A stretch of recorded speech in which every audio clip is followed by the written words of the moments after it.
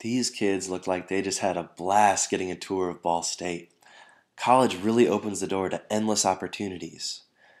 But what you can't tell from this picture is that all of these kids come from families that are in poverty. College can open so many doors for them and their families, but their environment they live in doesn't make it easy for them to get there.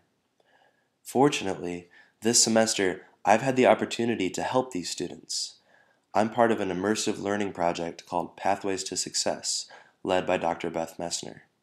Our team of 8 Ball State students has been teaching and mentoring these children at the Bewley Center each Wednesday evening, teaching them the impact a college education can have on their lives, as well as other valuable life lessons. Since people in poverty experience life from a very different view, our team has been specifically studying poverty in the classroom to better understand how to really reach these children.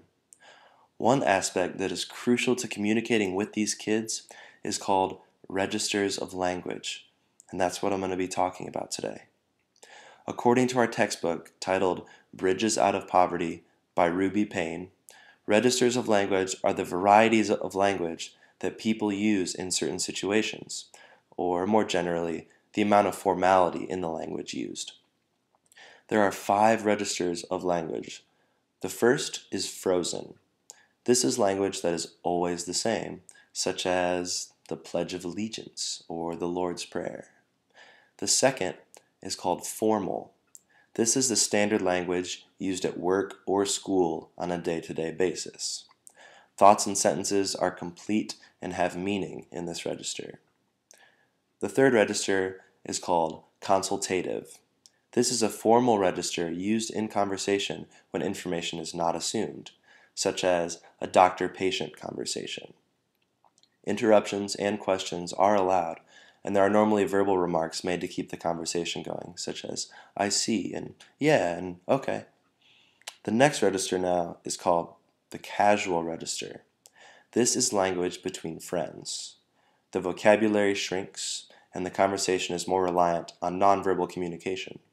Thoughts and sentences are often just incomplete in this register. Now, the final register is called intimate. This is exclusive language between significant others or even family members. Okay, thanks for sticking with me through those definitions, guys. So, I've discussed kids, poverty, and registers of language, which could potentially lead you to ask, what the heck do registers of language have to do with poverty and education? Well, hey, great question. I'm glad you asked. Well, see, the problem is many tests at school are in the formal register, which is fine because the language is complete and professional. But the problem is that a lot of kids in poverty just aren't familiar with the formal register because they didn't grow up with it being spoken at home. Many people in poverty tend to use the casual register instead of the formal register when they talk. If a student is not comfortable using the formal register, it's difficult to expect them to succeed at school where the formal register is exclusively used. Even when interviewing for a job later in their life, the use of formal register is essential. If the casual register is used in the interview, the person could be looked down upon and probably won't be hired. This is why we need to educate students on using the formal register at school. It's for their future. The way you talk really does have an impact on your life. Learning about registers of language has benefited us tremendously in our work with the kids at the Bewley Center.